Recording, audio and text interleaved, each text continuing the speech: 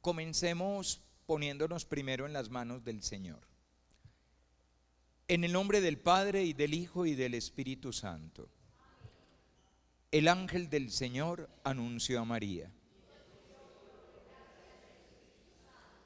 Dios te salve María, llena eres de gracia, el Señor es contigo. Bendita tú eres entre todas las mujeres y bendito es el fruto de tu vientre, Jesús.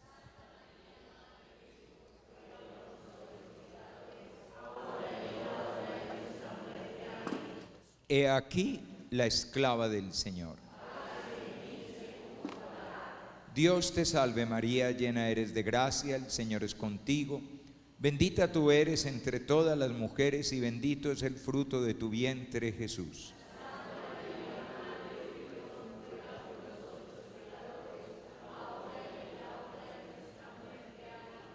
Y el Verbo se hizo hombre. Dios te salve María, llena eres de gracia, el Señor es contigo.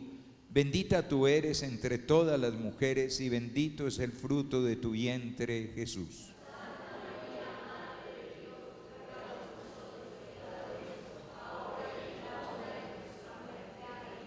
Ruega por nosotros, Santa Madre de Dios.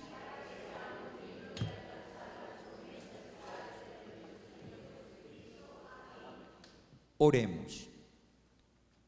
Derrama, Señor, tu gracia sobre nosotros, para que los que por el anuncio del ángel hemos conocido la encarnación de tu Hijo, lleguemos por su pasión y por su cruz a la gloria de la resurrección. Por Cristo nuestro Señor, en el nombre del Padre, del Hijo y del Espíritu Santo. Amén. Bueno, muchachos y muchachas, vamos a aprovechar este ratico de la mañana para hacer una meditación, una reflexión alrededor del tema que nos convoca y que me han dicho pues que es el tema del perdón. Yo les cuento una cosa, y es que no, aquí entre nos, y que no que eso lo recortarán después en cámara. Yo no tenía la más mínima idea a qué venía. Muchas gracias, muy bien. ¿Y eso por qué? Porque cuando don Juan Carlos Greifesten me pide el favor de venir a dar una charlita, que iba a haber como una reflexión sobre el perdón, y que yo diera una charlita, me dio la impresión de que era un grupo como incluso del canal o lo que fuera, y cuando yo le pregunté a Rodrigo que me traía, oíste, ¿y esto qué es? No tengo idea. Y entonces, bueno, ya sé que es un retiro, que son unas 70 personas que están acá, entre jóvenes y un poco menos jóvenes. Fíjense cómo fui de delicado, no dije ancianos beneméritos, ni mucho menos, sino que dice un poquito menos jóvenes. Y que estamos acá alrededor del tema del perdón, que ayer tuvimos una primera charla con el padre Freddy de el por qué perdonar. Hoy hemos tenido un ratico de oración en la mañana, y en este momento pues vamos a tener este encuentro conmigo para hablar del perdón. Yo quiero en el día de hoy hablarles del perdón a partir de un precioso salmo de la Biblia. Si hubiera que darle un título a esta charla, yo la llamaría El perdón en el Salmo Miserere, el perdón en el Salmo 50. El Salmo 50 es el salmo que en la oración de la iglesia está presente todos los viernes en los laudes. Los laudes es la oración de la mañana que rezamos los religiosos, sacerdotes, consagrados en la oración litúrgica. La oración litúrgica se rige por el ritmo de las horas, y por eso se le llama también la liturgia de las horas, porque se toma el día y se distribuye en horas, y para cada hora hay un momento de oración.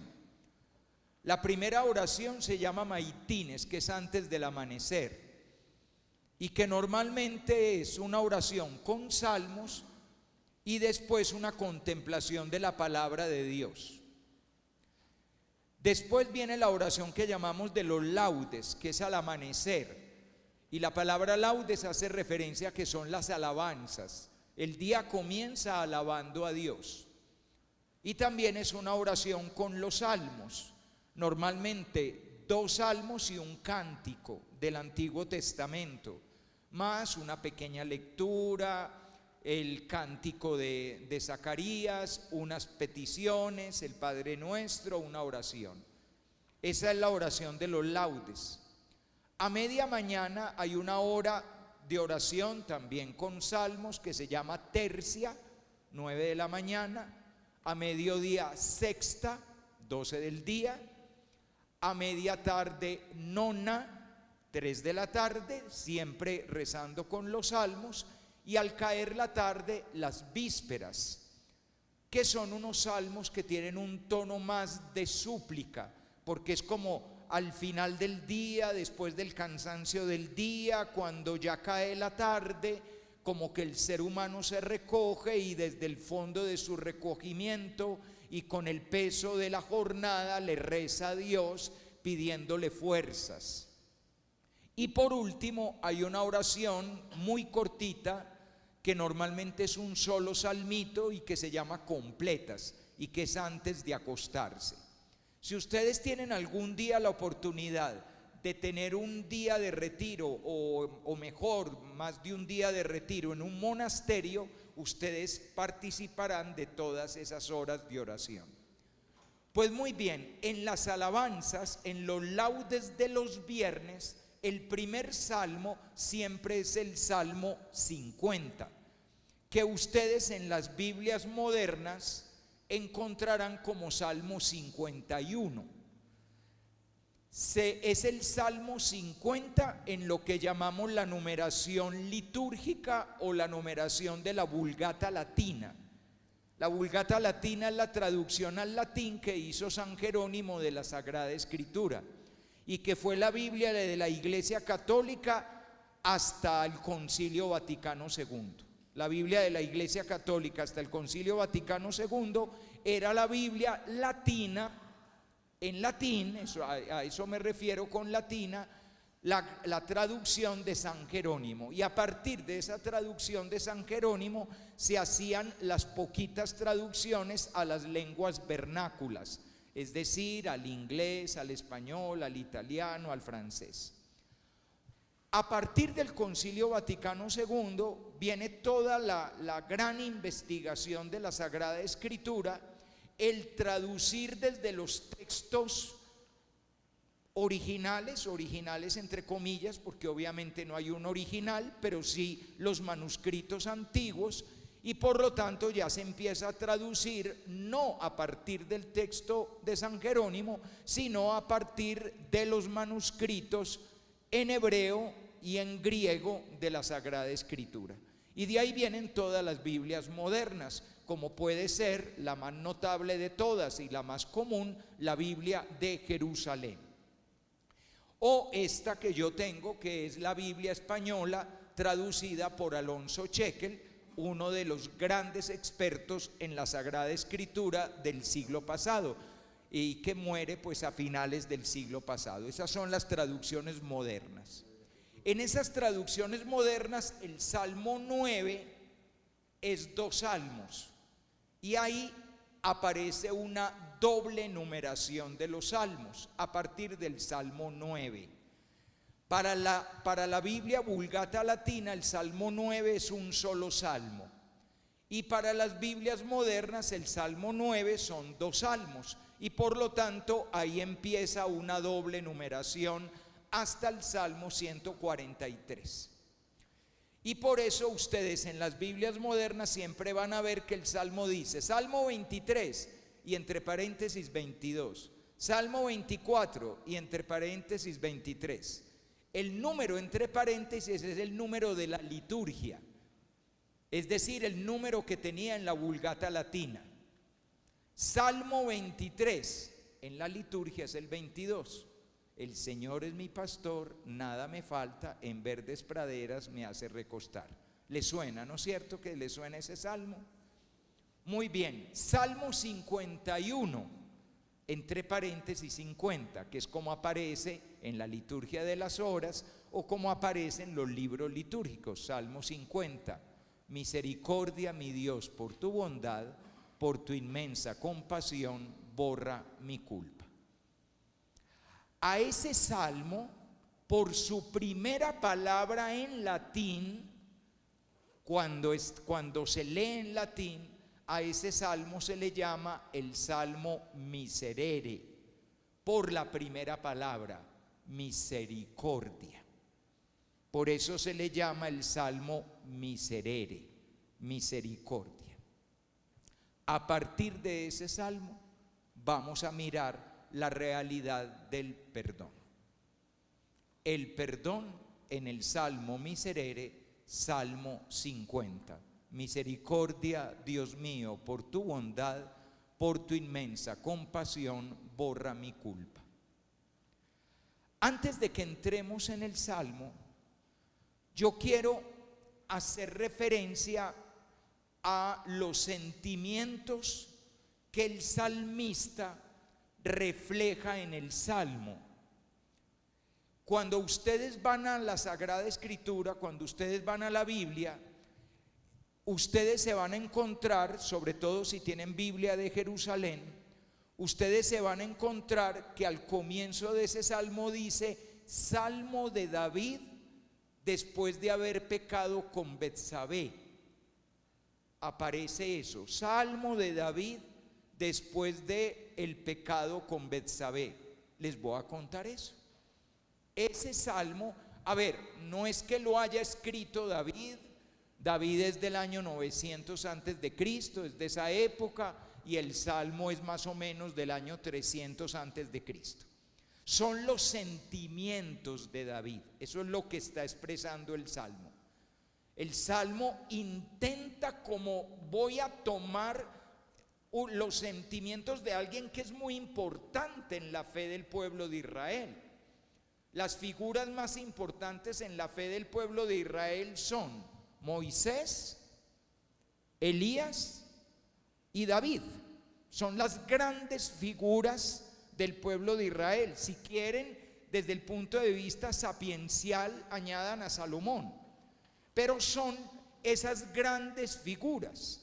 Por eso cuando Jesús pregunta quién dice la gente que soy yo, una de las posibilidades va a ser Elías o Jeremías o uno de los profetas. Cuando Jesús se transfigura, ¿quiénes están al lado de él? Moisés y Elías. Cuando Jesús entra montado en el burrito a Jerusalén, ¿cómo lo llaman? Hijo de David. ¿Ven? Esas son las grandes figuras del pueblo de Israel.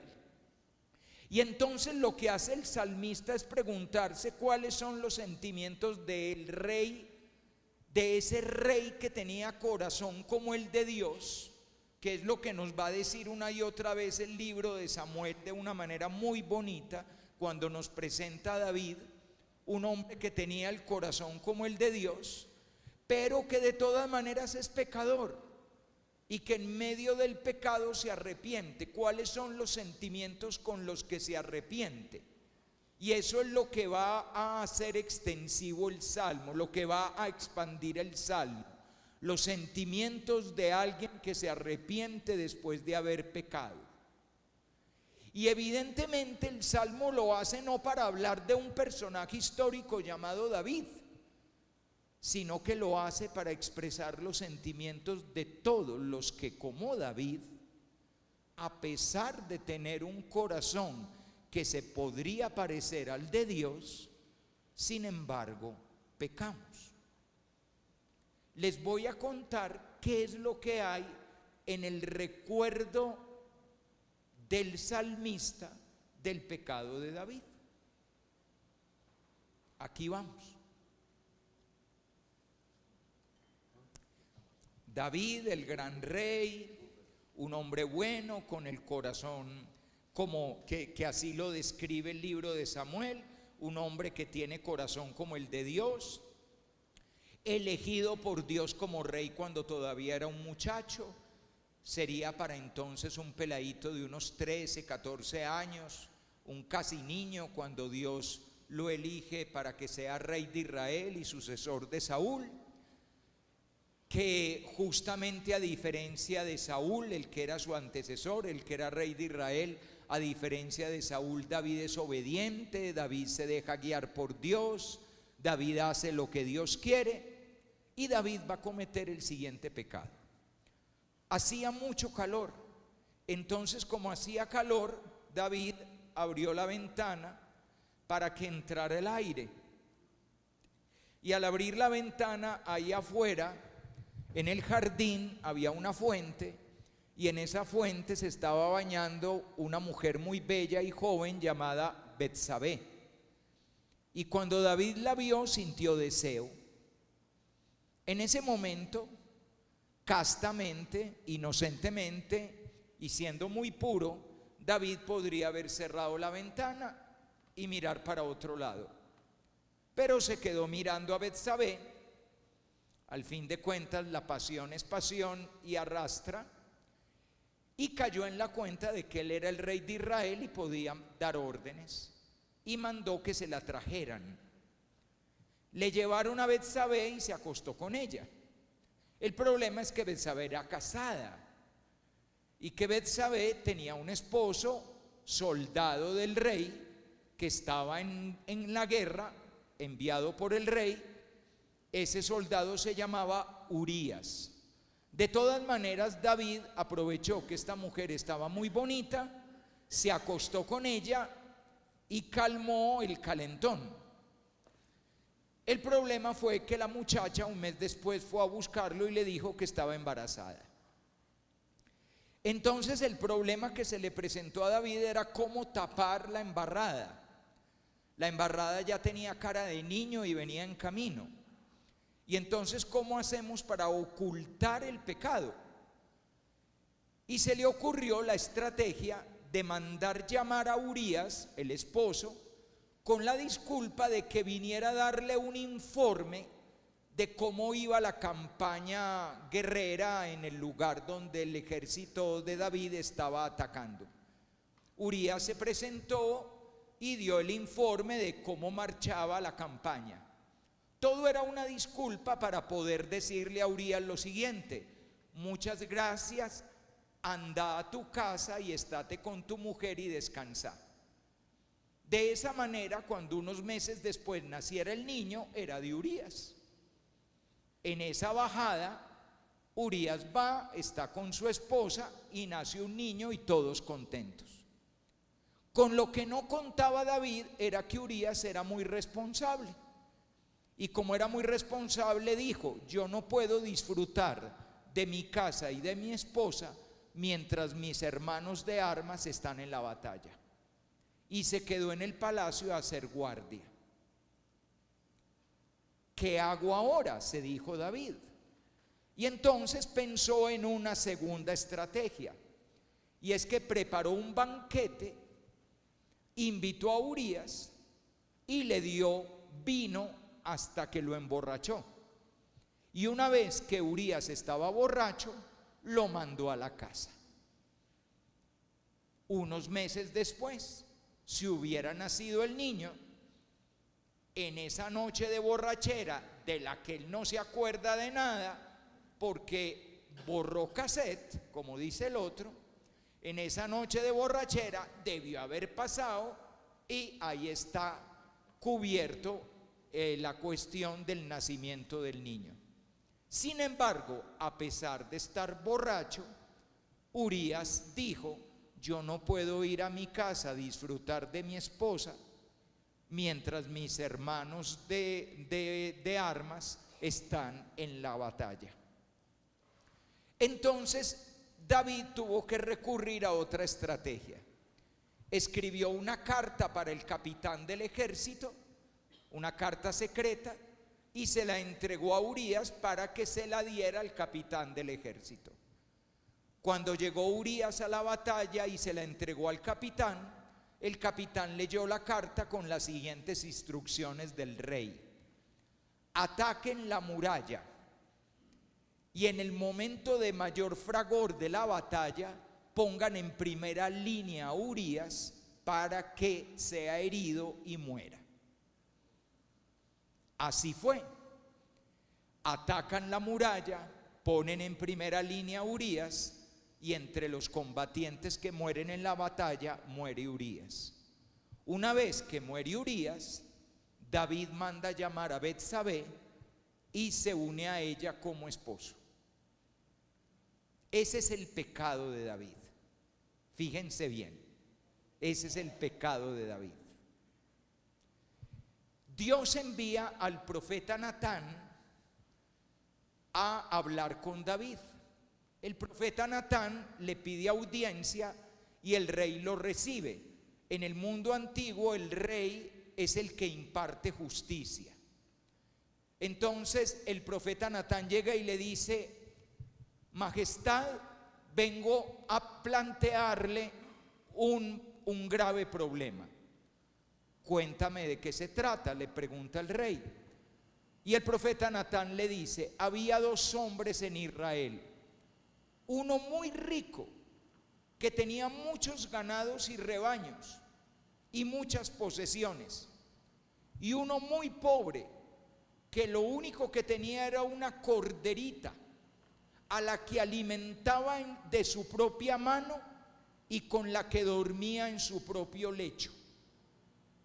Y he aquí que vino de visita a casa del rico un amigo, y el rico mandó matar la corderita del pobre para darle alimento al visitante.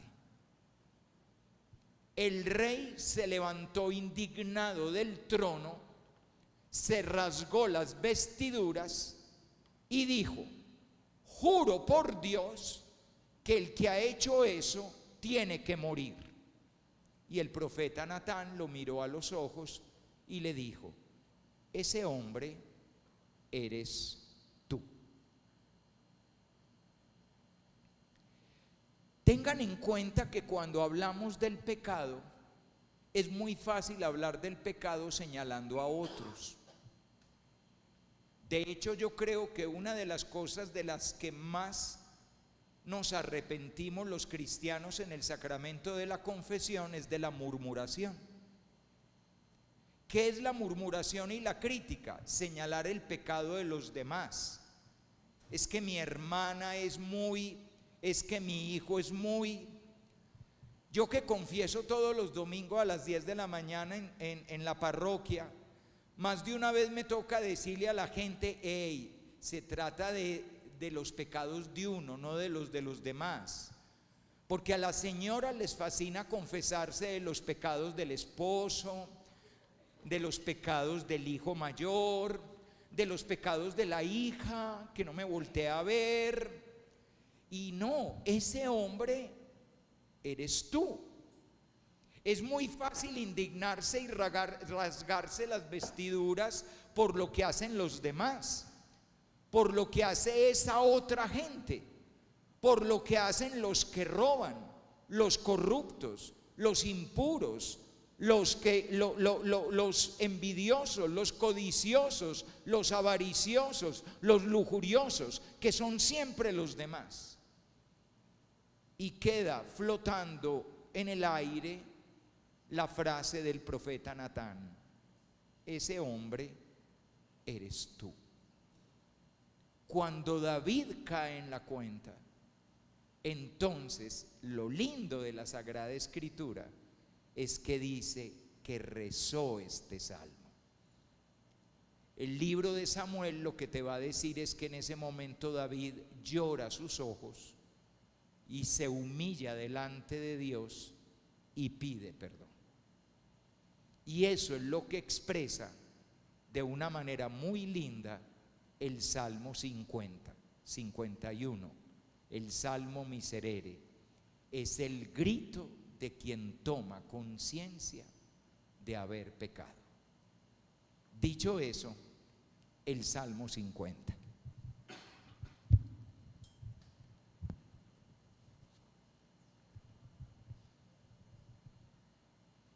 Misericordia, Dios mío, por tu bondad, por tu inmensa compasión, borra mi culpa, lava del todo mi delito, limpia mi pecado. Pues yo reconozco mi culpa, tengo siempre presente mi pecado.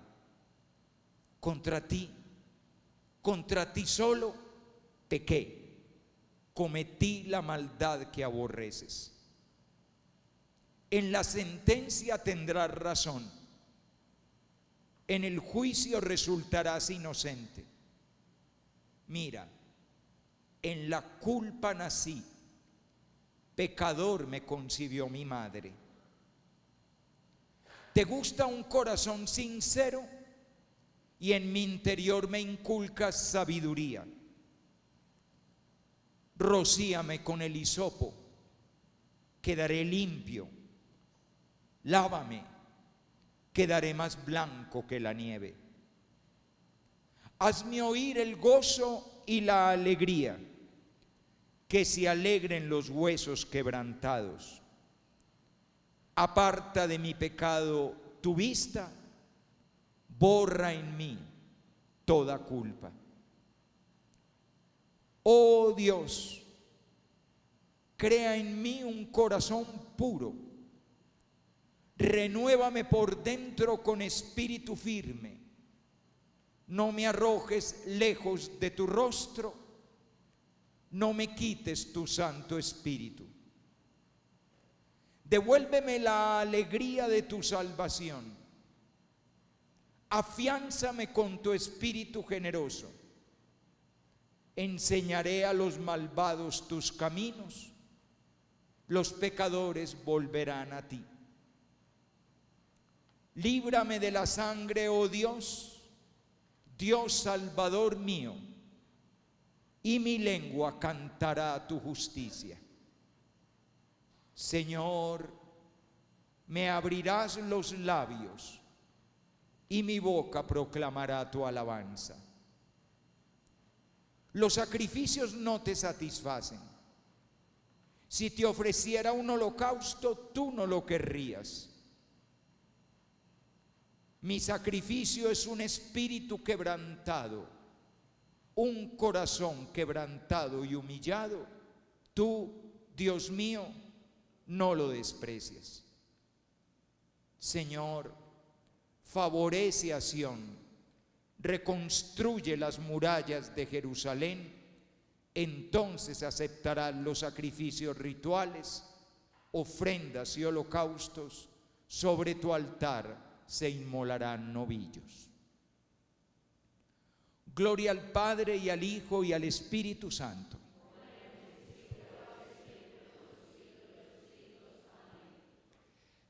Tengan en cuenta una cosa muy bonita de la Sagrada Escritura y de la fe del pueblo de Israel, que también es común a la fe de nosotros los cristianos.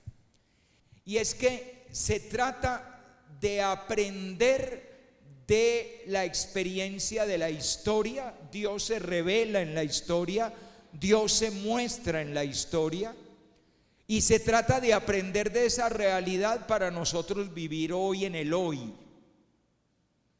Fíjense que ese es el secreto de la fe judeocristiana, de la fe nuestra. Por algo, cada vez que nosotros aprendemos de la palabra de Dios, aprendemos aparentemente del pasado. ¿Y qué tiene que ver ese pasado con nosotros? Porque ese pasado nos enseña cómo vivir en la fe, una realidad que a nosotros también nos pasa hoy. Por eso aprendemos de la fe de Noé, aprendemos de la obediencia de Abraham, aprendemos de las vicisitudes y dramas que vive Jacob, aprendemos de la manera como José tiene que vivir en unos tiempos difíciles, cuando es vendido por sus hermanos, es esclavo en Egipto y luego llega a ser consejero del faraón. Ese José es el hijo de Jacob, no todavía San José. Entonces siempre estamos de alguna manera aprendiendo de ese ejemplo de fe que hay atrás. Lo que ha hecho el salmista, que yo ya les decía que es de otra época, lo que ha hecho el salmista es ir a aprender de esa gran figura que es David. David el rey, David el hombre bueno, pero también David el pecador. Y David va a hacer algo muy bello y muy grande. Va a ser capaz de pedir perdón. Y lo que hace el salmista aquí en otra época es reconocer que nosotros también hemos pecado y que lo que nos queda en este momento de pecado también es aprender de David a pedir perdón. ¿Cuál es el momento histórico que están viviendo cuando se escribe este salmo? Fíjense que habla de reconstruir las murallas de Jerusalén. ¿Por qué dice eso? Porque resulta que Jerusalén ha sido destruida en el año 587 antes de Cristo por Babilonia, por Nabucodonosor. Jerusalén ha sido destruida, el templo ha sido destruido y el templo ha quedado en ruinas. Y solamente cuando comienza el imperio persa, a la caída de Babilonia, y cuando lentamente empiezan a regresar los que estaban en el exilio, empiezan a regresar a una Jerusalén muy en ruinas, muy lentamente se empieza a reconstruir la ciudad y a reconstruir el templo. Pero es muy lentamente porque la ciudad no es importante para el imperio persa. El imperio persa no le va a meter dinero a una ciudad que no es su capital. El imperio persa le mete dinero a Persépolis, pero no tiene por qué meterle dinero a Jerusalén. Y obviamente Jerusalén se ha quedado siendo una ciudad empobrecida y una ciudad derruida. Por eso el Salmo dice: reconstruye las murallas de Jerusalén. ¿Para qué? Para que pueda haber templo. ¿Y qué vamos a hacer en el templo? Presentar sacrificios. Porque en la liturgia hebrea, la liturgia judía, no la nuestra cristiana,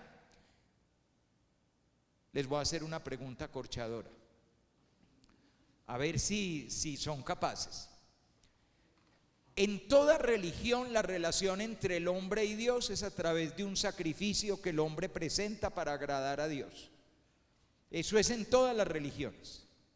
En la religión judía, en el templo de Jerusalén se presentaban sacrificios. ¿De qué? De animalitos. Dependiendo de la gravedad, el animalito era más chiquito o más grande. O sea, si el pecado de uno había sido como chiquito, uno mataba a una paloma.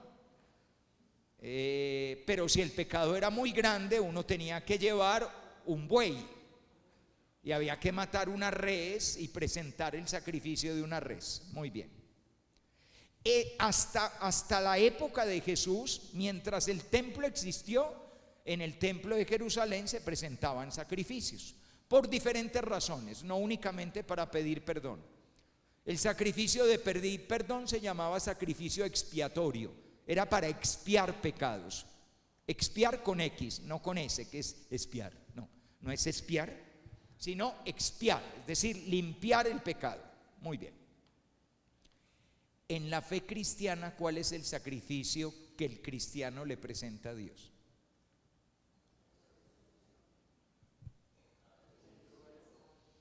Pero ¿cuál es el animalito que ponemos ahí, sacrificamos para que a Dios le agrade el sacrificio? Jesucristo. Muy bien, muchachos, ¿ok? Perfecto. Entonces, recuerden que el sacrificio, nosotros no presentamos sacrificios a Dios y no presentamos sacrificios a Dios porque el sacrificio ya fue presentado.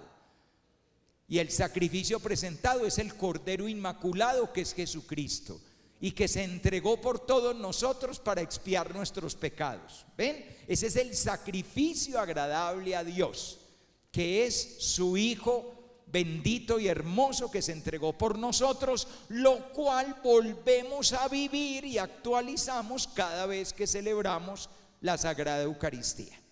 Porque la Sagrada Eucaristía es el sacramento del santo sacrificio del Señor, que a veces a la gente se le olvida, ¿no?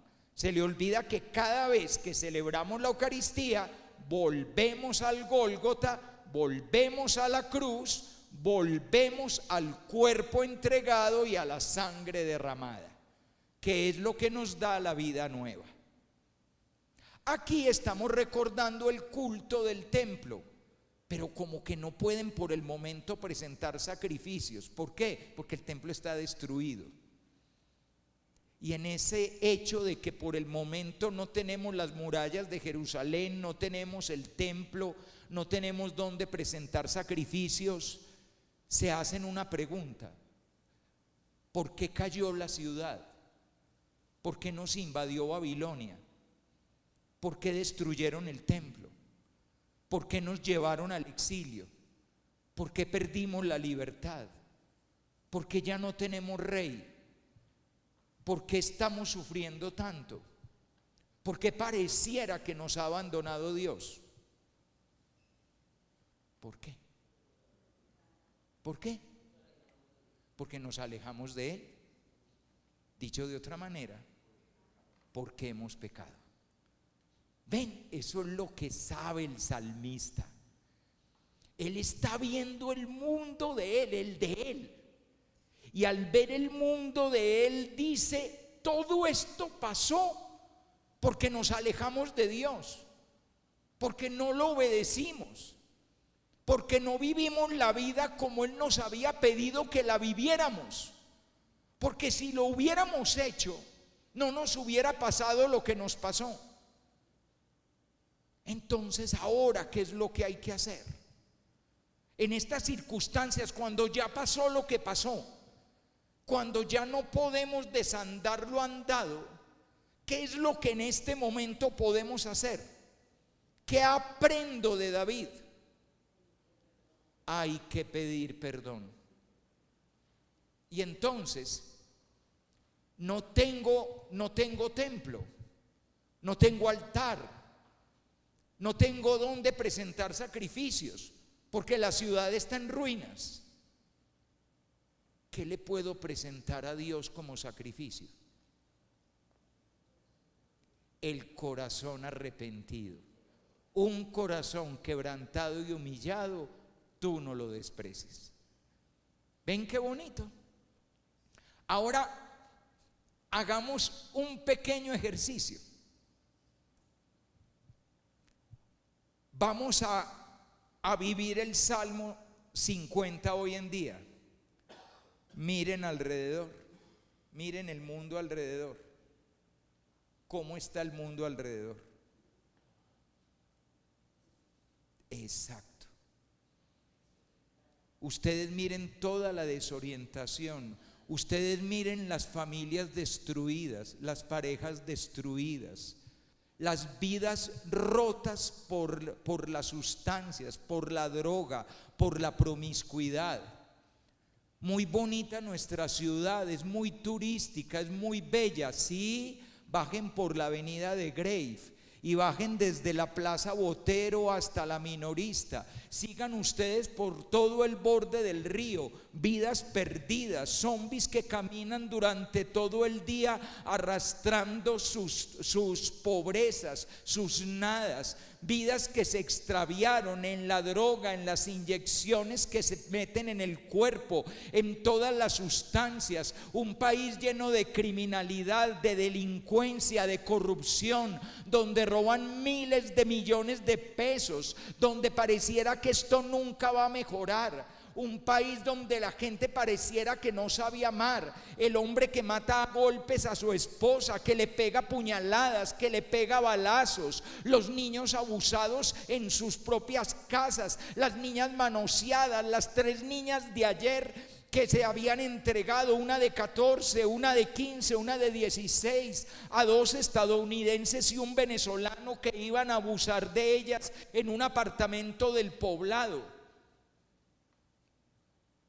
todo el alcohol que va de un lado a otro, todo el desenfreno, todos los dineros sucios, todas las rutas del narcotráfico, el clan del Golfo, el ELN, la masacre número 1, la número 2, todos los líderes muertos, todos los odios, las rabias en las redes sociales, las injurias, las calumnias, todo el enojo y toda la molestia, la primera línea, el vandalismo, la guerra de Ucrania y Rusia, la de Israel y Hamás, las tensiones con China, las dictaduras que no mueren nunca, no importa cuántas personas se carguen, cuántas torturas haya,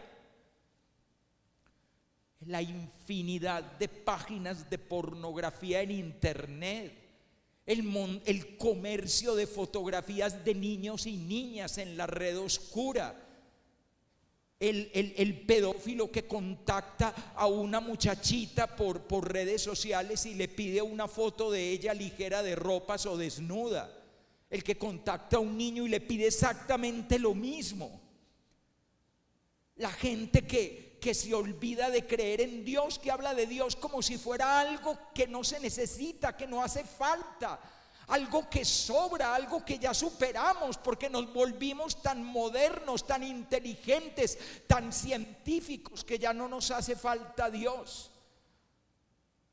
Las iglesias en las que difícilmente se encuentran jóvenes, porque ser joven no tiene que ver con estar cerca de Dios, y donde quedan unos cuantos ancianos, los conventos que se quedaron sin vocaciones, las comunidades de monjas que ya no tienen monjas, los religiosos que ya no tenemos quien continúe nuestra labor. ¿Quién celebrará la misa dentro de 20 años o dentro de 30? Ven, esas son las murallas de Jerusalén caídas. Y el salmista dice: ¿y por qué nos pasó esto? Y la respuesta: porque nos alejamos de Dios. ¿Por qué? Porque hemos pecado. Y entonces, ¿qué hay que hacer? Aprendamos de David, pidamos perdón. Ahí es donde arranca el Salmo 50. Ya entendieron los sentimientos que hay debajo del Salmo 50, ¿no? Ya entendieron los sentimientos. Yo les acabo de hablar en términos globales como de la realidad que es más fácil de ver, que es la realidad como del mundo. Pero yo les voy a pedir que ustedes tengan el valor de hacer esa misma lectura personalmente. Es decir, ya no miren Medellín, ya no miren Colombia, ya no miren el mundo. Mírense a ustedes mismos, miren su propia relación de pareja, miren su propia familia, su propia relación con sus hijos, hijas, hermanos, hermanas. Miren su propia realidad personal de cómo se sienten ustedes con ustedes mismos. Yo no los conozco, yo no sé ustedes en qué estarán, pero ¿cuántas personas tienen su vida hoy en día como las murallas de Jerusalén, destruidas? Están sin ánimo, sin ganas de vivir, sin sentido, llenos de ansiedad, deprimidos, sin fuerza para seguir adelante. Toda la vida se les va volviendo una carga. Yo que trabajo con muchachos, pues como al principio dijeron que a mí no hay que presentarme, entonces, porque soy el padre de Juan Jaime, pero yo les cuento, para los que no saben, yo soy educador, yo no soy predicador. Yo soy educador, yo soy maestro, yo hoy en día soy el rector del Colegio Calasanz de Medellín, pertenezco a una comunidad religiosa que se llama los Padres Escolapios, dedicados a la educación desde hace más de 400 años. Nos pasamos la vida rodeados de niños y jóvenes. Y les cuento, son jóvenes, son muy queridos, tienen toda la vida por delante, pero muchos de ellos viven la vida como una carga, no como una alegría, no como una oportunidad, no como una bendición, sino como un por qué tengo que vivir, por qué tengo que estudiar, por qué tengo que afrontar las dificultades de la vida. Sería mejor no vivir que vivir. Esa es Jerusalén en ruinas. Y va uno a ver qué te pasó. Y es que nos alejamos de Dios. Yo veo a montones de muchachos de hoy y no conocen a Dios. Dios no es alguien que les hable en el corazón. ¿Y por qué no conocen a Dios? Porque no lo han recibido a la larga. Porque son una generación de chicos que no alcanzaron a enamorarse de Dios. Y no alcanzaron a enamorarse de Dios porque sus adultos, que deberían haberlos enamorado de Dios, se alejaron de Dios. Y se alejaron de Dios por una de dos razones básicamente. La primera razón, se alejaron de Dios por el escándalo del dolor, del sufrimiento. ¿Qué pasa con el dolor y el sufrimiento? Que la idea de Dios que nos hemos hecho y que no es verdad. Perdónenme, yo me tomo este tintico que está frío helado. Qué horror. No, estaba gélido.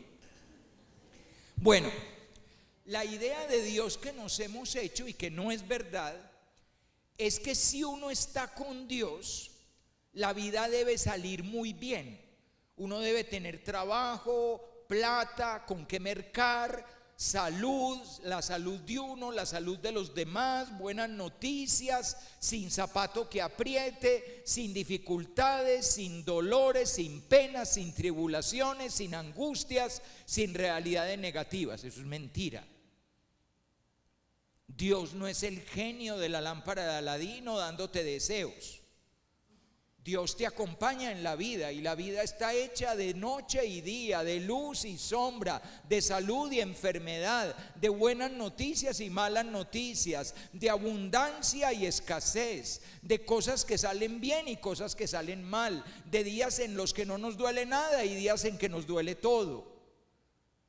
Pero esa imagen de que Dios debía haber garantizado que a nosotros todo nos saliera perfecto, ha hecho que un montón de gente pelee con Dios cuando la vida se pone difícil, porque asumen que Dios les falló, que Dios nos decepcionó, y nuestro acto de decepción, incluso podríamos decir de indignación, es que le enrostramos a Dios que Él no cumplió su parte del pacto. Habíamos quedado en que si yo le iba a su misa y le comulgaba su comunión, usted me mantenía un buen trabajo y me daba salud. Y resulta que yo he ido y mire, llevo 2 años sin trabajo. Y resulta que Dios nunca te prometió eso. Además, no es su misa, es para ti. Y no es su comunión, es tu alimento. Eso es como cuando un adolescente se pone bravo y castiga a la mamá no comiendo. Pues mi hijo, más bobo es usted, porque la comida era para usted, no era para mí. Entonces no voy a comer esta noche. Pues no coma. ¿Y qué vamos a hacer? No coma. Entonces esa es la primera razón. Un montón de gente, a lo mejor algunos de ustedes, se han alejado de Dios como un acto de desquite, como una revancha, como un reproche, como una manera de sacarse un clavo con el Dios que no les cumplió la promesa de que todo les iba a salir bien. Y Dios nunca te hizo la promesa de que todo iba a salir bien. Eso no es verdad. Enseñarle a los niños que si están con Dios todo sale bien es mentirles. Si están con Dios van a tener con qué vivir la vida, con qué afrontarla. Los momentos buenos con agradecimiento y los momentos difíciles con abnegación y valentía.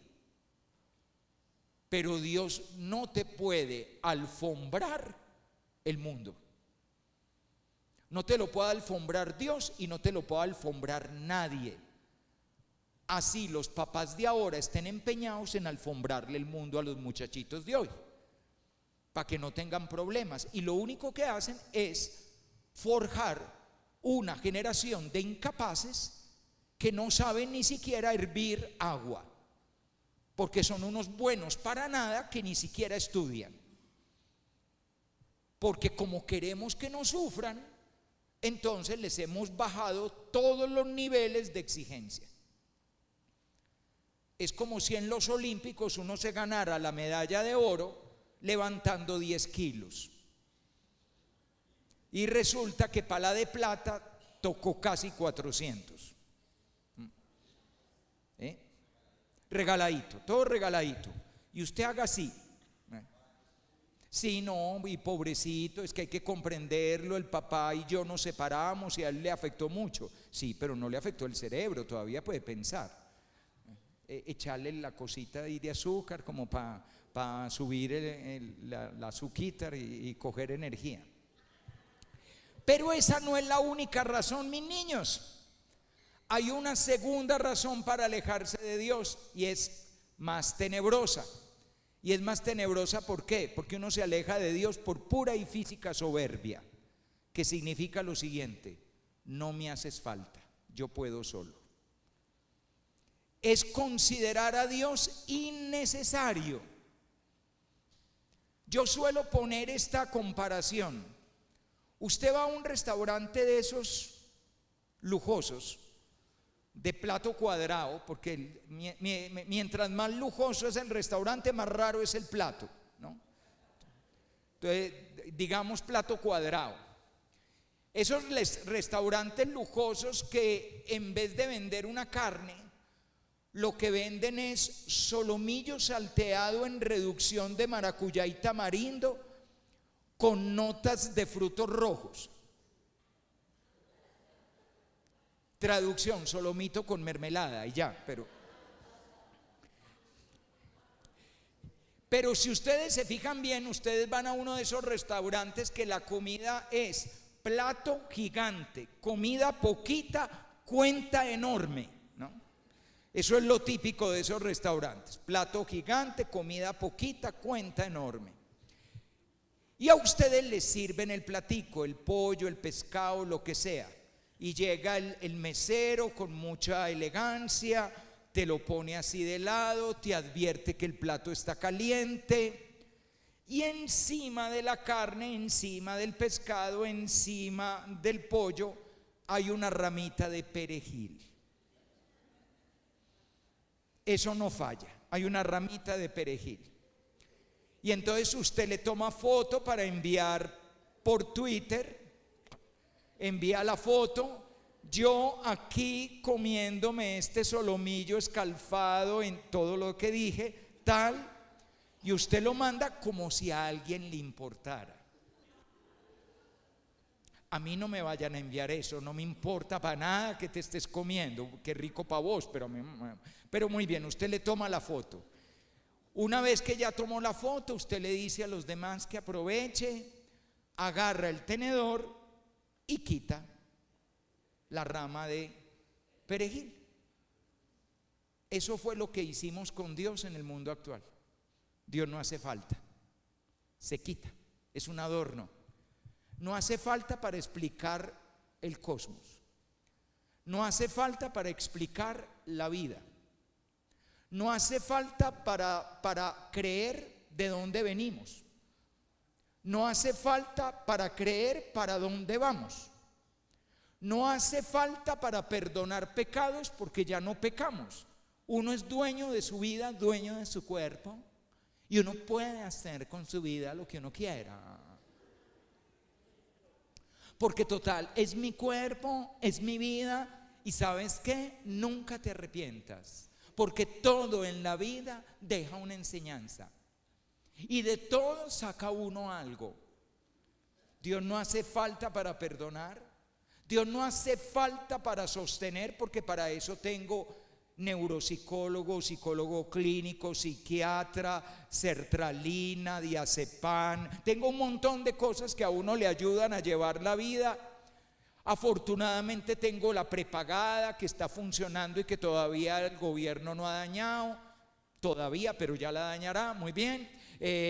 No hace falta Dios para criar a los hijos, no hace falta Dios para guiar la vida de un niño, no hace falta Dios para acompañar a un joven porque mi hijo es muy atlético, mi hijo practica deporte, mi hijo es muy inteligente, mi hijo es muy genial, mi hija es una dura, mi hija lee mucho, mi hija está en un colegio con nombre de árbol, mi hija sabe inglés, sabe mandarín, sabe francés, mi hija va a ir a Disneylandia, mi hija tiene un crucero, y cuando menos pensamos la muchachita y quiere cortar las venas porque le di de todo menos lo que necesitaba, porque sin darse cuenta se comieron el perejil y dejaron la carne. Por abundancia, por riqueza, por materialismo, por consumismo, por codicia, por ambición, por egocentrismo y por esa soberbia de creer que nos bastamos a nosotros mismos, hemos considerado inútil, innecesario a Dios. Yo les decía este año a los niños de décimo del colegio en retiros, yo les decía: Dios es como una canilla abierta botando agua todo el tiempo. Agua limpia, agua fresca, agua que calma la sed, agua maravillosa, agua de manantial. Y al lado tú te mueres de sed porque no bebes. Y no bebes porque dices que no te hace falta. Y el agua sigue corriendo y corriendo y corriendo, desperdiciándose. Dios es un amor desperdiciado. Dios es amor y amor y amor y amor, pero yo no quiero ser amado. En el primer escenario no quiero ser amado porque estoy bravo con Dios. Y en el segundo escenario no quiero ser amado porque no me hace falta ese amor. Yo puedo solo. Yo no necesito que tú me ames. No necesito que tú me ames. No necesito que nazcas por mí en un pesebre. No necesito que me cuentes tu experiencia de Dios en las parábolas o en las bienaventuranzas. No necesito ser tu discípulo. No necesito que celebres para mí un banquete. No necesito tu Eucaristía. No necesito tu confesión. No necesito tu bautismo. No necesito la bendición de nuestro amor en el matrimonio. No necesito que cuando estés en las últimas me unjas. No necesito comulgar. No necesito ir al cielo. No necesito nada de ti. Y el otro es que aunque lo necesite no quiere porque está molesto, resentido, rencoroso, porque tú me fallaste, porque la vida resulta que fue difícil. ¿Y por qué fue difícil para mí, para cuando los demás es fácil? Sin darme cuenta de que para nadie, absolutamente nadie, la vida es fácil. Puede parecer fácil desde fuera, pero cuando entras en cada corazón, no hay ni una sola vida que no tenga noches terriblemente oscuras y días horriblemente duros. Entonces miren, esas son las murallas caídas de Jerusalén. ¿Y por qué se nos cayó Jerusalén? Porque nos alejamos de Dios. Y cuando uno se aleja de Dios, todo queda en ruinas. Dios no pierde. O sea, el ser humano, yo lo veo en mis niños, en mis muchachos. Ellos creen que creer en Dios es como darle una concesión a Dios. No, creer en Dios no le sirve a Dios. Creer en Dios te sirve a ti. A Dios no le hace falta que le recemos. A quienes nos hace falta orar es a nosotros. A Dios no le hace falta que celebremos los sacramentos. Los que necesitamos los sacramentos somos nosotros. Todo lo que Dios hace es para nosotros. Dios no hace nada para sí mismo. Porque por definición Dios es amor, y el amor nada hace para sí mismo. El amor todo lo hace para los demás, todo lo hace para el otro. Dios es absoluta entrega, Dios es absoluta donación. Y uno cree que Dios está esperando algo de mí. Dios no está esperando nada de mí. Dios lo que quiere es que yo haga algo por mí, y que mi vida no sea una ruina, que mi vida no sea una vida rota, una vida extraviada. Dios llora infinitamente cada vida que se pierde. Alguna vez me preguntaban unos muchachos del colegio que yo por qué me había hecho sacerdote escolapio.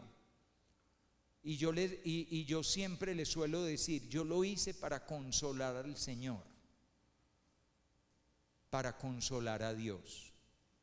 ¿Por qué? Porque cada vida de un niño que se pierde es un dolor infinito en el corazón de Dios.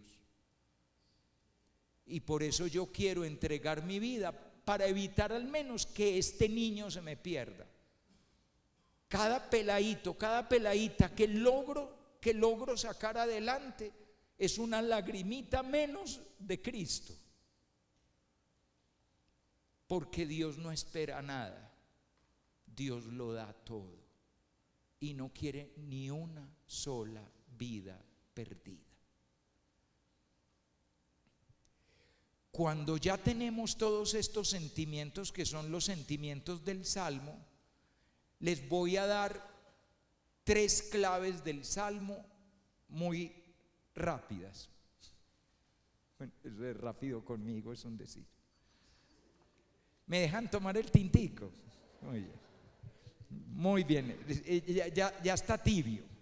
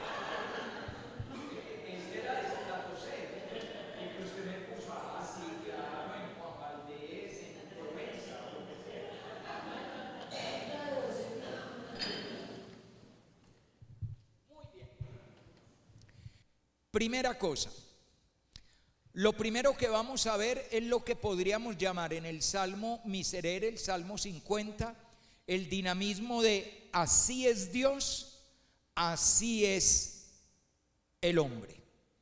Es lo primero que vamos a ver. Lo segundo que vamos a ver es lo que hace Dios cuando perdona. Y lo tercero, donde terminaremos, es lo que puede dar el hombre a cambio de eso que le regala Dios. Así es Dios, así es el hombre, lo que hace Dios y lo que puedes dar tú. Ahí están las 3 partes en las que vamos a dividir el Salmo. Primera parte: misericordia, Dios mío, por tu bondad, por tu inmensa compasión. Pausa. ¿Cómo es Dios? Misericordia, bondad y compasión. ¿Se dieron cuenta que aparecen las 3 palabras? Y además es muy bonito, porque el salmo es un salmo para pedir perdón, pero no comienza pidiendo perdón. Comienza diciendo cómo es Dios. Misericordia, Dios mío, por tu bondad, por tu inmensa compasión. Inmensa compasión. Recuerden ustedes que el salmo originalmente está en hebreo. Rahamim, Gesed, Haná son las tres palabras que están ahí presentes. Rahamim, Gesed, Haná. En el idioma hebreo hay varias palabras para hablar de amor, a diferencia del castellano, donde solo tenemos la palabra amor propiamente tal. La primera palabra, Rahamim, y que traducimos como misericordia, hace referencia a pie de letra. Rahamim significa amor con útero de madre, a pie de letra. Rahamim significa el amor con útero de madre, con vientre, con entrañas de madre. En estos días se me enfermó gravemente Juan Carlos. Juan Carlos es un niño muy bello, de grado 10º. Un miércoles salía del colegio con la mamá a media jornada con lo que parecía una gripa fuerte. Y cuando uno pensaba que el niño iba a volver al día siguiente, jueves, o al siguiente, viernes, o que lo iba a ver como lo veo todos los domingos en la misa de 12, resulta que el niño no aparecía, nada que aparecía. Ya me preocupé y entonces preguntamos y la gripa se le había vuelto neumonía, con fiebres de 42 grados. Incluso llegó el domingo siguiente y cuando la mamá pasó a comulgar, yo que estaba dándole comunión, antes de darle comunión le dije, ¿y el niño? Y la mamá se me echó a llorar. Y me perdonan si eso no pasa en las demás parroquias, pero en esta primero me tocó abrazarla, el copón lo más de lindo aquí era Cristo Eucaristía consolando. Y entonces pues yo le dije, decirle al niño que rezo por él todos los días. Después la mamá, cuando fue a contarme que ya el niño salió y que 2 días después ya volvería al colegio, me contó la peor de las noches, cuando él deliraba de toda la fiebre que tenía. Y entonces ella le pidió a Dios que fuera ella la que estuviera enferma. Y se metió con el niño a la ducha en un esfuerzo que después la regañó la médica, pero en un esfuerzo como fuera de bajarle la temperatura. Ese es Rahamim, ese es el amor de una madre. Las que son madres acá saben lo que eso es. Cuando tú ves a tu hijo sufrir, tú querrías sufrir en vez de él. ¿Ven? Eso es Rahamim, eso es misericordia. La palabra misericordia está hecha de 2 palabras, miseria y cardia. Cardia es corazón, misericordia es mirar la miseria con corazón. Eso significa a pie de letra misericordia. Mirar la miseria del hombre con corazón de Dios, con el corazón bondadoso de Dios. Misericordia, Dios mío, por tu bondad. Segunda palabra. Dios es amor de entrañas de madre que se conmueve y daría lo que fuera con tal de que mi hijo sanara. Y segundo, bondad, que es la palabra hebrea Gesed. La palabra Gesed, para poderla traducir al español hay que decir bondad, mansedumbre, dulzura, ternura, amabilidad, agrado, afecto, cariño,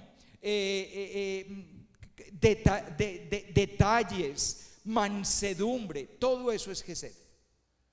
Gesed es toda la parte de cordialidad, de afectividad, de suavidad en la relación. Eso es lo que ahí dice la palabra bondad. misericordia, Dios mío, por tu bondad. Y viene inmensa compasión, Haná. Tercera manera de hablar del amor en la escritura, en el hebreo.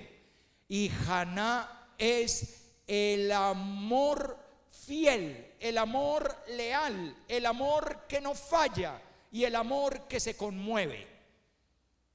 Todo eso es Dios. Así comienza el Salmo. ¿Cómo es Dios cuando ve a la humanidad? ¿Cómo ve Dios a la humanidad cada día? ¿Cómo ve Dios a quienes se venden? ¿Cómo ve Dios al criminal? ¿Cómo ve Dios al perdido? ¿Cómo ve Dios al extraviado? ¿Cómo ve Dios al niño roto? ¿Cómo ve Dios al joven destrozado? ¿Cómo ve al secuestrado? ¿Cómo ve al secuestrador? ¿Cómo ve al asesinado? ¿Cómo ve al homicida? ¿Cómo ve al criminal? ¿Cómo ve a la víctima? Misericordia, bondad, inmensa compasión. Eso es lo que es Dios. Fíjense qué belleza de salmo. ¿Dónde vemos eso hecho persona? En Jesucristo. Cuando tú miras el rostro de Jesucristo, ves misericordia, bondad, inmensa compasión. Y entonces, ¿qué es el hombre frente a eso? Vuelvo a empezar el salmo para decirlo completo. Misericordia, Dios mío, por tu bondad, por tu inmensa compasión. Ahí termina Dios. Vamos para el hombre. Borra mi culpa, lava del todo mi delito, limpia mi pecado. Misericordia, bondad, compasión, culpa, delito, pecado.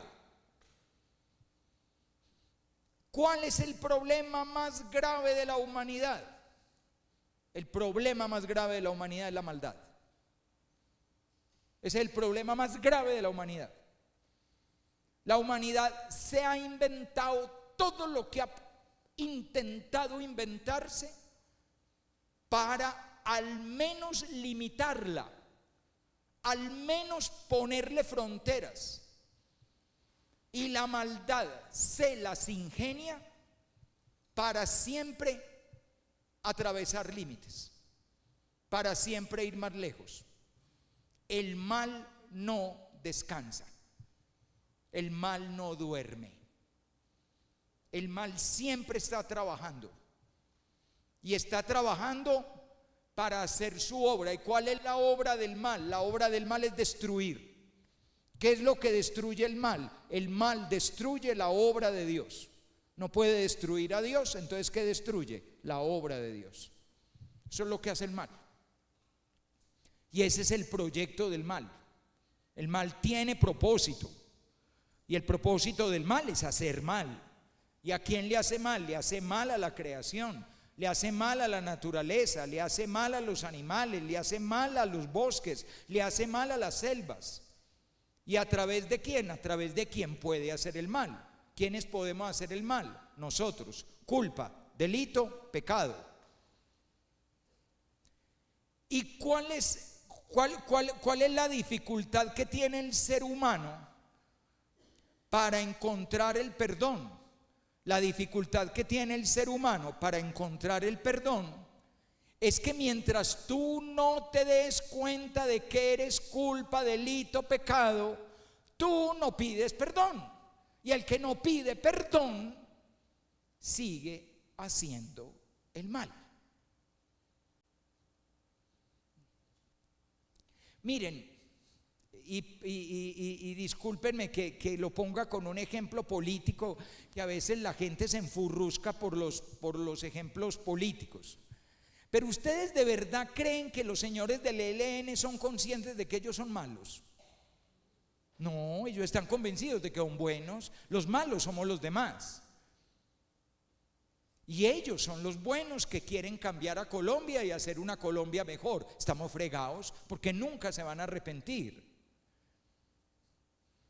Es que lo que a uno le parece decepcionante de la realidad que vivimos y que a uno le quita como la esperanza, es que ojalá uno viera que al que descubrieron robándose 1.000 millones de pesos, inmediatamente lo entrevistaran y dijeran: no, sí, fue un momento en que yo me equivoqué y recibí ese maletincito con esa platica, pero yo la voy a devolver, fue un error que cometí, yo le pido perdón a Colombia, le pido perdón a mis electores, le pido perdón a los que votaron por mí, hoy ya presenté mi carta de renuncia y me voy a ir un mes para un monasterio a pedir perdón.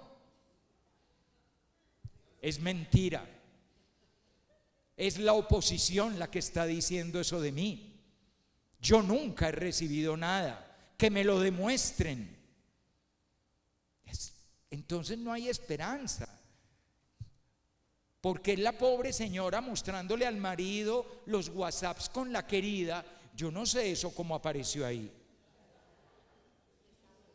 Usted está loca, usted cómo inventa las cosas. Y además está invadiendo mi privacidad, porque ¿cómo así que se metió en mi celular? Además de cotudo, con paperas, ¿no? Es que eso es lo terrible del ser humano. Lo terrible del ser humano es que Putin no se ha dado cuenta que arrancó una guerra injusta. Es que jamás no se ha dado cuenta que son terroristas. Es que Israel no se ha dado cuenta de que está bombardeando lugares donde hay niños y donde hay personas que no tienen nada que ver con la guerra. Es que el narcotraficante no se da cuenta que vende droga y que la droga mata y que la droga envenena y que ese dinero es dinero de sangre. Es que el gringo que viene y le da $80 a una niña no se da cuenta que daña una persona, daña una infancia, daña una adolescencia, rompe a un ser humano hecho a imagen y semejanza de Dios. Y mientras tú no captes el horror del pecado, lo vas a seguir haciendo.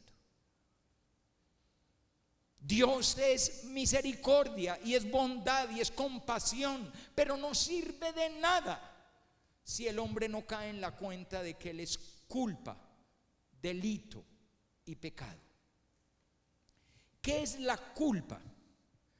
La culpa es la toma de conciencia personal, íntima, de que yo me he extraviado. Antes de seguir adelante, hagamos una aclaración.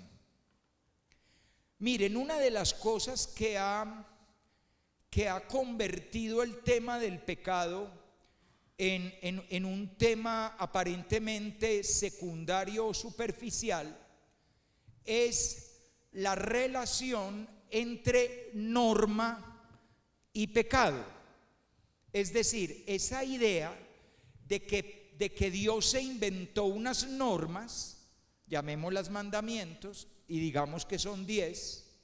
Dios se inventó unas normas, Él es muy celoso de esas normas, y el que no le cumpla una de esas normas se apuntó a un pecado. Entonces, claro, en esa lógica hay muchas cosas para decir. Primero, ¿y por qué me ponen normas? Ahí sale el liberaloide mamerto que todos llevamos por dentro, que es que no quiere normas. Porque todos llevamos por dentro un liberaloide mamerto. ¿Y por qué tengo que hacer eso? Ojalá hubiéramos aprendido de los griegos el respeto a la ley. No, nosotros no, porque para colmo somos colombianos. Y el colombiano es un gran irrespetuoso de las normas. Dice no pase y el colombiano pasa a preguntar por qué no puede pasar. Hagan fila, el colombiano se salta a la fila. Usted muy queridito viene en la cola del túnel y el de la mafioneta roja se mete por el lado sabiendo que vienen carros en contra, entonces después mete la direccional, clic, y clic, y clic, y clic, y clic, y clic, y clic, y usted se muere de la ira, entonces hace lo mismo, ya. Y después clic, y clic, y clic, y clic, y... Es el colombiano. No, es que lo mejor es, no tengo entrada para un partido de fútbol, me salto la verja, me meto por el conducto de aire acondicionado.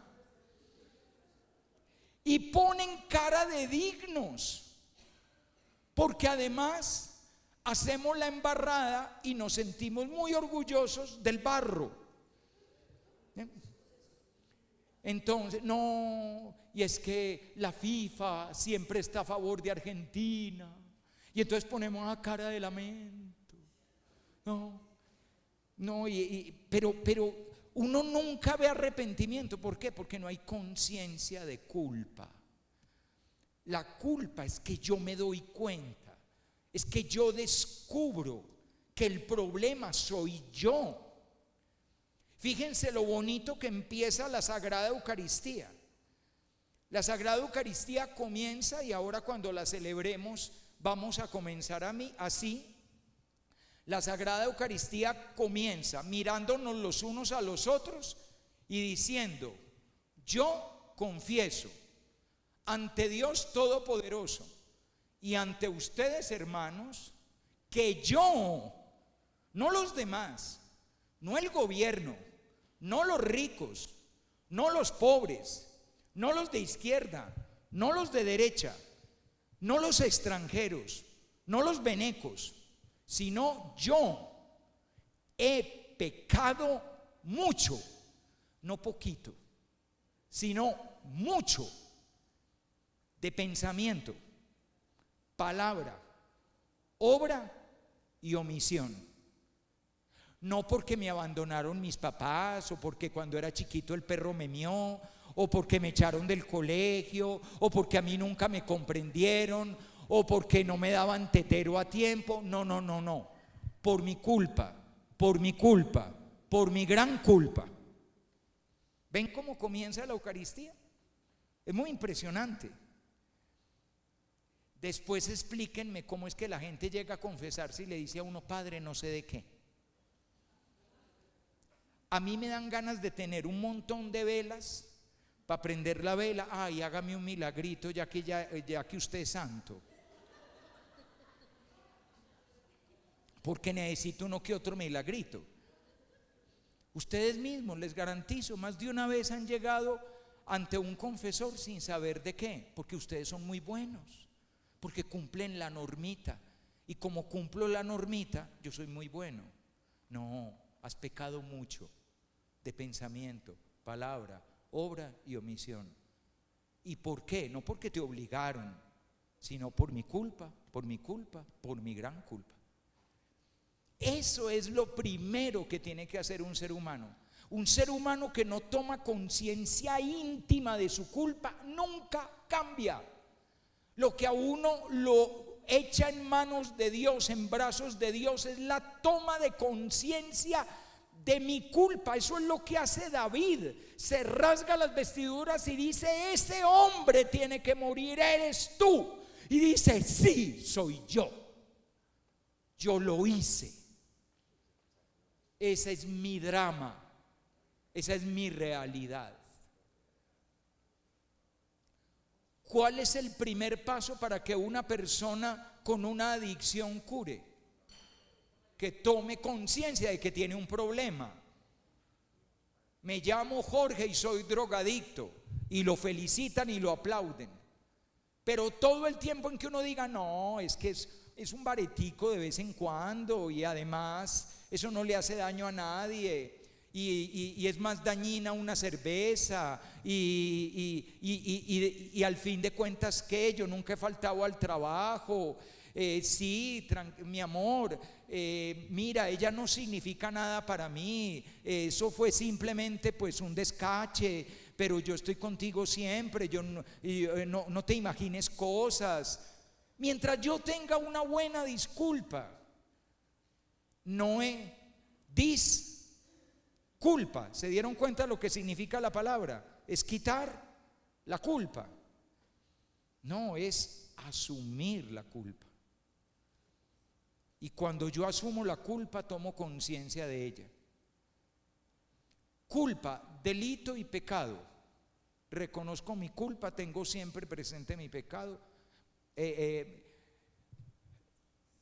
Misericordia, Dios mío, por tu bondad, por tu inmensa compasión, borra mi culpa, lava del todo mi delito, limpia mi pecado. El delito. ¿Qué es el delito? Es el daño que se le hace a los demás.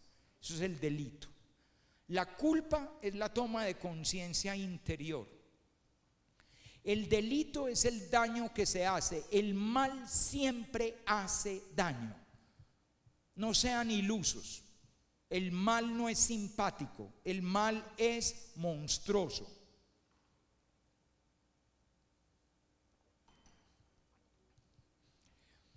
¿A quién le hace daño el mal?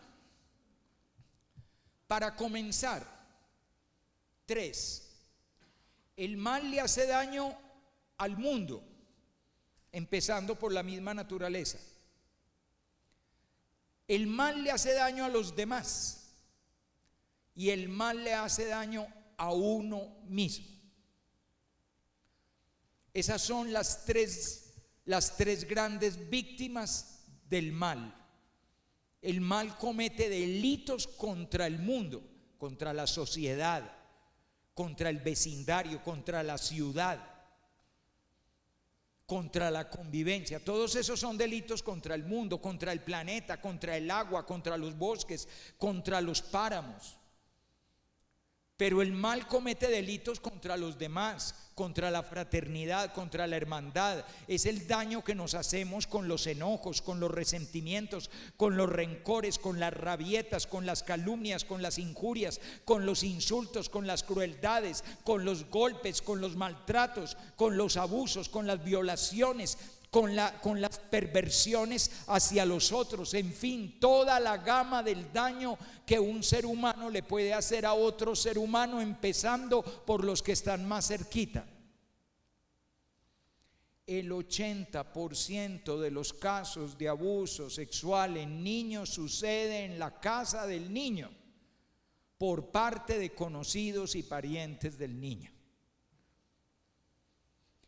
Ese es el delito. Y la tercera, el daño que uno se hace a sí mismo. La manera como uno destruye su verdad, su belleza y su bondad. Dios te hizo con verdad, belleza y bondad. Esas 3 características. Y uno va dañando su verdad y uno se va volviendo falso, erróneo, equívoco. Uno va dañando su belleza y uno se va afeando sus palabras, afeando sus acciones, sus gestos, su comportamiento, su manera de ser, su manera de vivir, incluso su cuerpo. Ustedes piensen en cuántos adolescentes eran lindos a los 10 años y son feísimos a los 17. Con la cara como si fueran: mi hijo, ¿usted es aprendiz de sicario o qué? Y aquí donde no nos oigan, y a las peladas les fascinan los que tienen cara de asesino. Mientras más mal encarado: ay, es que él tiene muchos problemas y yo le estoy ayudando. No, mi hija, salga corriendo. Pero el más macancán, el más tatuado, el más no sé qué, entonces, qué mamita rica. Y la vieja se... En cambio, el sanito que hasta estudia y tiene 2 trabajos, ese es bobo. Como es de bueno que a uno la tiren ahí y el tipo se monte en el escaparate y se lance, hijo de madre, y tal. Y después, ay, es que, pero si usted lo buscó, estaba feliz en esas. Mientras más matón, más orangután, más macho alfa, les fascinan los macho alfa. Yo no sé qué tiene, sobre todo, no ustedes, muchachas, yo estaba hablando de otras. Pues yo no sé qué tienen las viejas de Medellín que les fascina mientras más orangután, más gorila, más bestia, más perreo, más aguardientero, más más les gusta. Y después los hombres me han hecho sufrir. Si usted estaba feliz sufriendo, mija, porque usted metió en el fango. Y después cuando se enfangó, ay, ¿por qué era que estoy enfangada? Pero bueno, no, con eso no estoy justificando. Lo que estoy diciendo es esa manera como ustedes vayan a ver ese orangutancito cuando tenía 8 años. Era lindo, hacía tareas. Hay una foto de él en la primera comunión, divino. Y después no queda nada. Al revés, cojan el otro lado. Vean esa niña purísima de 9 años que era súper devota de la Santísima Virgen María. Y vean a doña Trasero así, mostrando lo que tiene para dar. ¿Qué pasó? ¿Qué pasó? Se volvió fea, se volvió feo, perdió la belleza que Dios le dio, porque la belleza no es física, la belleza es la belleza del alma. Si el alma no es bella, has perdido la belleza. Y entonces se pierde la bondad. Y la persona cuando pierde la bondad, a veces sin siquiera quererlo, termina haciendo daño, delito contra el mundo, contra los otros y contra sí mismo. Y la persona termina siendo un espectro que ya ni siquiera recuerda quién fue alguna vez. El otro día me veía un documental muy triste que se llamaba Infancias Destruidas, y que narraba la vida de niños de Hollywood que cuando fueron niños fueron grandes estrellas y participaron en películas famosas, y que luego cuando crecieron terminaron hundidos en un montón de problemas, varios de ellos quitándose la vida, vidas destruidas. Perdieron la verdad, la belleza y la bondad. Y tercero, pecado, culpa, que es la toma de conciencia interior; delito, que es el daño que le hago al mundo, a los otros y a mí mismo; y pecado. ¿Y qué es el pecado? El pecado es la fuerza que arrastra al ser humano en la dirección contraria a Dios. Y es una fuerza que puede, que empuja, que es imposible de resistir. Eso es el pecado, el problema de la humanidad, el gran problema. Entonces, como les decía, como iba diciendo antes, cuando tú crees que el pecado es faltar a una norma, entonces el pecado es muy fácil de manejar, porque yo cojo la lista de las normas y hasta soy bueno. Pero cuando tú tomas conciencia de que el pecado es esa cosa rara que te arrastra a decir lo que no querías decir, pensar lo que no querías pensar y hacer lo que no querías hacer. ¿Cuántas veces se han disculpado con un ser amado por una discusión? Al día siguiente, 2 días siguientes, una semana siguiente, un mes siguiente, un año siguiente, 10 años después. Y la disculpa que ustedes han sacado es: ¿sabes qué? Yo no quería ofenderte. Error, yo sí quería ofender. Y uno calcula perfectamente las palabras para ofender. Ese cuento de yo no quería ofender no es verdad. Yo le conozco perfectamente a mi hermano cuál es su lado débil. Y al principio empezamos charlando, empezamos como discutiendo. No, mira, acordate que la mamá me dejó, esa casa me la dejó fue a mí, porque como yo no me casé, yo no tengo como nada. En cambio vos tenés tu apartamento y tenés la finca de Llano Grande. y a mí lo único que me quedó fue la casa de Belén. Y entonces el otro dice, sí, pero es que lo justo es que eso lo partamos por la mitad. ¿Cuál justo si vos nunca has sido justo? Y ya se empezó a calentar el parche, ¿no? Y entonces ya le voy a sacar en cara lo que me hizo cuando teníamos 12 años y tal, porque yo sé que ese es el lado débil, y además porque él sí tiene el apartamento y la finca Llano Grande, pero es por la esposa, que es la que tiene plata, porque usted nunca ha servido para nada en la vida, porque todas las empresas que ha montado se le han quebrado, porque usted es un inútil. A la semana siguiente, no, mira, yo no quería decir lo que dije. No, usted sí quería decir lo que dijo. Usted quería hacer daño. No, yo no quería aprovecharme de ti. Usted sí quería aprovecharse de mí. No, yo no quería tocar. Usted sí quería tocar. Mi amor, créeme, yo a ti te quiero, yo no quería ser. Usted sabía que estaba siendo infiel. Usted la montó en el carro, entraron en el motel La Siesta, usted pidió la botella de guaro, usted escogió la cama con el espejo encima, usted le echó aceite Johnson, usted después se bañó con jabón chiquito, usted no, me faltó, se tomó la pastilla azul, después se bañó con jabón chiquito, pasó por los billares de la esquina, se echó tiza en los dedos y harina en las manos, llegó a la casa y cuando la esposa le preguntó, ¿dónde estaba? Usted le dijo, no, me fui para un motel con una vieja, deja de hablar que venías del billar. Entonces uno es como David, muchachos. Uno es como David, uno se queda mirando. ¿Qué hizo un montón de gente en pandemia? Se quedó mirando a Betsabé en pelota. ¿Cuánta gente se metió en el porno en la pandemia? Empezando por niños. Betsabé en pelota. Y de ahí algunos cayeron en cuenta de que eran reyes de Israel y mandaron traer a Betsabé o a Betsabó, lo que me pongan todo sirve, ¿no? Porque de cucaracha para arriba todo lo que eche sangre es cacería.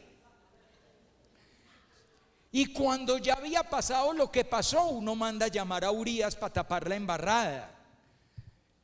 Y uno es viendo a ver cómo esconde para que todo el mundo siga pensando que yo soy muy querido, que los que cometen errores son los demás, pero que yo camino sobre las aguas. Ay de mí, ¿quién me librará de este ser mío instrumento de muerte? Porque ver lo bueno lo tengo a mi alcance, pero no hacerlo. Desafortunadamente no hago el bien que quiero, el mal que no quiero, eso es lo que hago. Desgraciado de mí, ¿quién me librará de este ser mío instrumento de muerte? Nos hemos inventado normas, constituciones, cárceles, prisiones, castigos, sanciones, penas de muerte, amenazas, psiquiatras, psicólogos, tratamientos, terapias, comunidades regenerativas, de todo nos hemos inventado a ver si controlamos el mal. Y el único que vence al mal es Dios. Tú no puedes vencer el mal. Ustedes se han dado cuenta que en los últimos tiempos ni siquiera los superhéroes ganan. Termina la película, aparentemente ganaron. Quédese sentado, espere que pasen los letreros. Entonces pasan los letreros, y a usted le enciman algo. ¿Y qué es lo que le enciman? Que el mal sigue vivo y que esa va a ser la próxima película, Avengers 5, y después de Avengers 5, 6, 7, 8, 10, 500, hasta que el Iron Man esté, ya voy a ir a pelear. ya el pobre pues le tienen que caer de todo. ¿Por qué? Porque es que el único que vence el mal es Dios. Misericordia, bondad, compasión ante el que tiene culpa, delito y pecado. Y entonces, eso es lo primero. Así es Dios y así es el hombre. ¿Y qué hace Dios cuando perdona? Cuando perdona, Dios no hace esto. Tranquilo, hermano, eso le pasa a cualquiera, fresco. Seguí para adelante. Eso es lo que creemos que es el perdón. Ese no es el perdón. Si quieren, eso es la disculpa o el I'm sorry.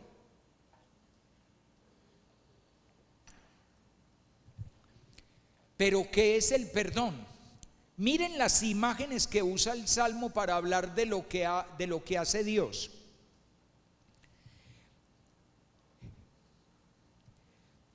Purifícame con el hisopo para que quede limpio. Lávame para quedar más blanco que la nieve. Dame gozo y alegría. Alegra los huesos quebrantados.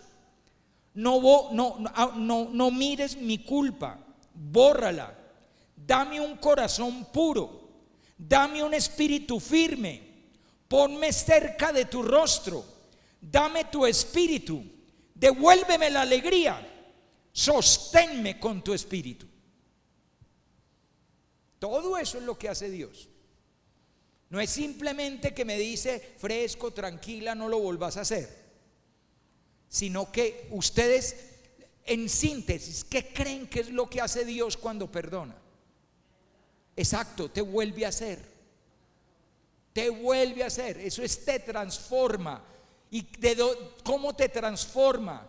Te transforma a imagen de Él. Por eso la cuestión de muéstrame tu rostro, ponme cerca de tu rostro para ser como tú. Y entonces me devuelves la alegría, porque el pecado da tristeza.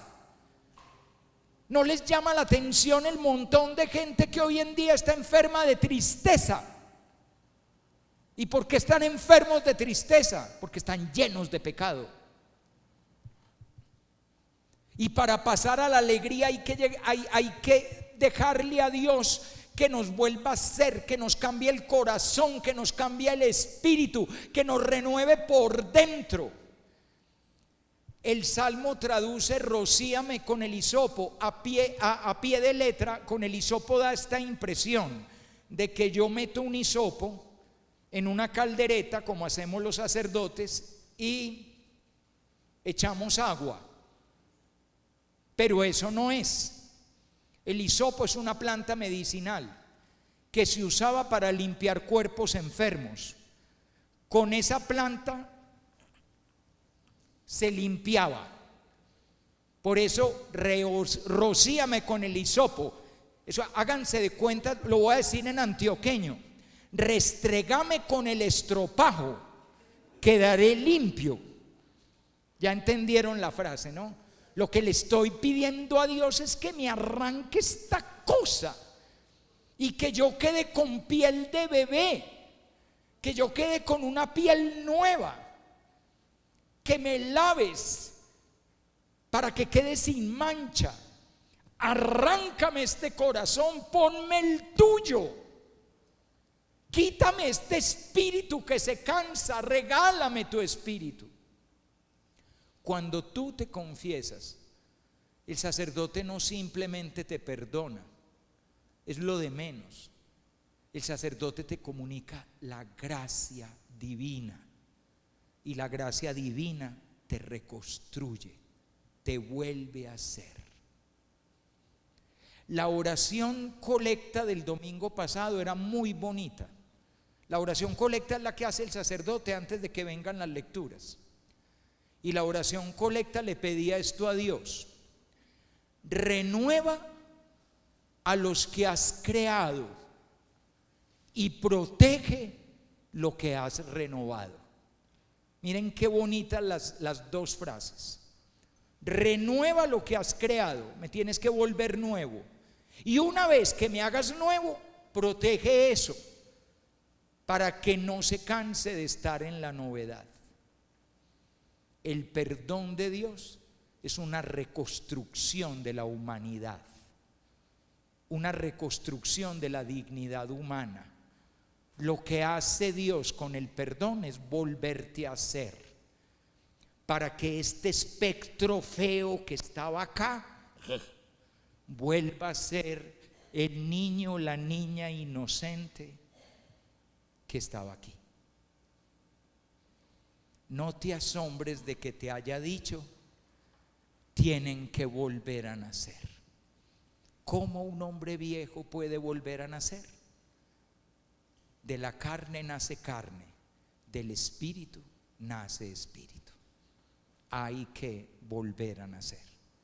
El perdón es un nuevo nacimiento, es volver a empezar. Eso es lo que hace Dios contigo, con su misericordia, su bondad y su inmensa compasión.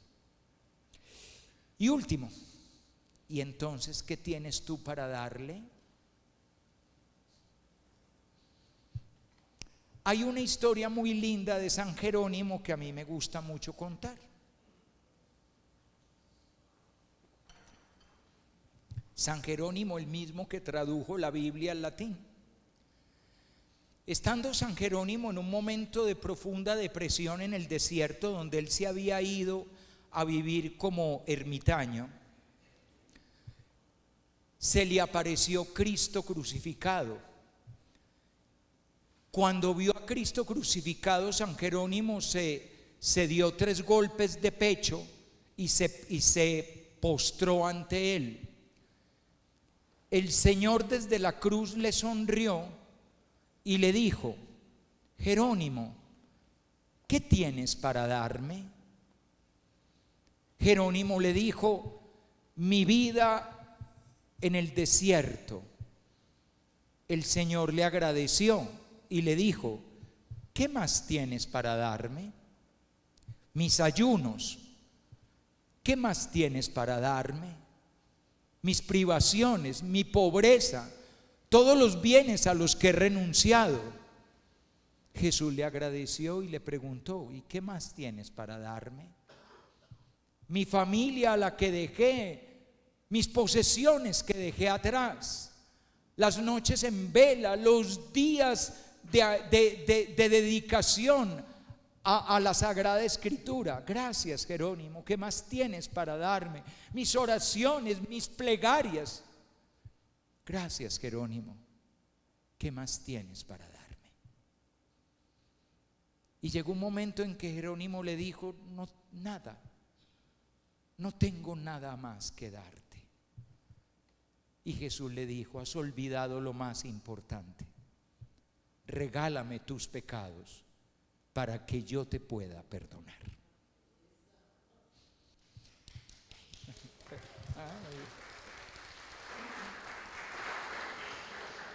Entonces, les hago ahora la pregunta: ¿y ustedes qué tienen para darle? Y el Salmo responde: si te ofreciera un sacrificio, no lo querrías. Mi sacrificio es un corazón quebrantado y humillado. Un corazón quebrantado y humillado, tú no lo desprecies. Ese es el regalo que tenemos para darle a Dios. Tal vez en este fin de semana de retiro le puedas preparar ese regalo al Señor. Prepáralo con cuidado, prepáralo con mimo, como quien prepara el mayor de los dones y el mayor de los detalles para la persona más importante. Y entonces entrégale todo eso. A cambio, Él te dará misericordia, bondad e inmensa compasión. Alegrará tus huesos quebrantados, te dará gozo y alegría. Renovará tu corazón, dándote un corazón nuevo y un espíritu firme. Te abrirá los labios y tu boca proclamará su alabanza. Y si eso lo hiciéramos todos, se reconstruirían las murallas de la ciudad en ruinas y podría otra vez haber fiesta, porque volveríamos otra vez a ser felices, así como Él nos hizo, porque cuando nos hizo felices. Que el Señor les dé la capacidad de encontrarse en este fin de semana con Él y darle el inmenso regalo a Él de sus pecados, para que Él les dé a ustedes el regalo aún más grande de su amor.